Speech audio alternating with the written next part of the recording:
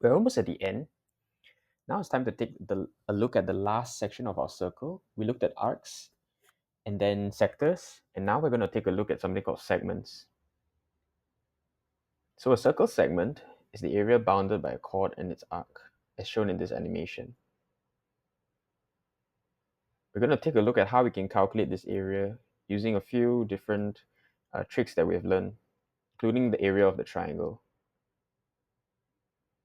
So if you look at a segment, you can break it down into actually an area of a sector and an area of a triangle. We already know how to find the area of a sector in the previous section, so now we just need to find the area of a triangle.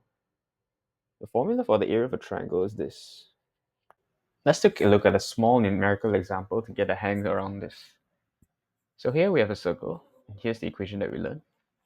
Given the radius 2 and the theta is equal to 100 degrees, we use the radians formula of the area of the sector, and then we find the area of the triangle. In order to find the area of the segment, we subtract the area of the triangle from the area of the sector. And here we have the answer. To find the area of a segment, we can use the relationship between the sector and a triangle.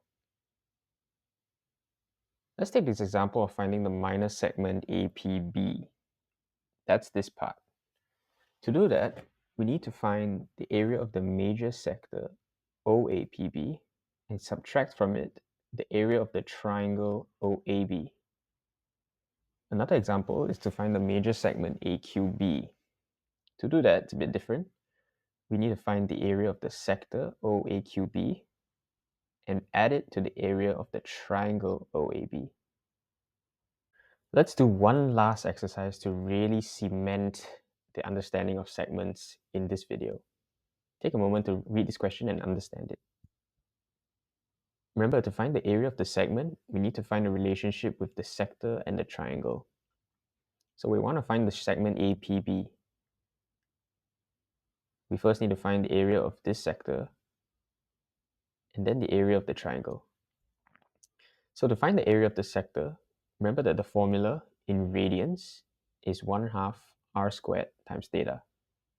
Subbing in the values, we get this.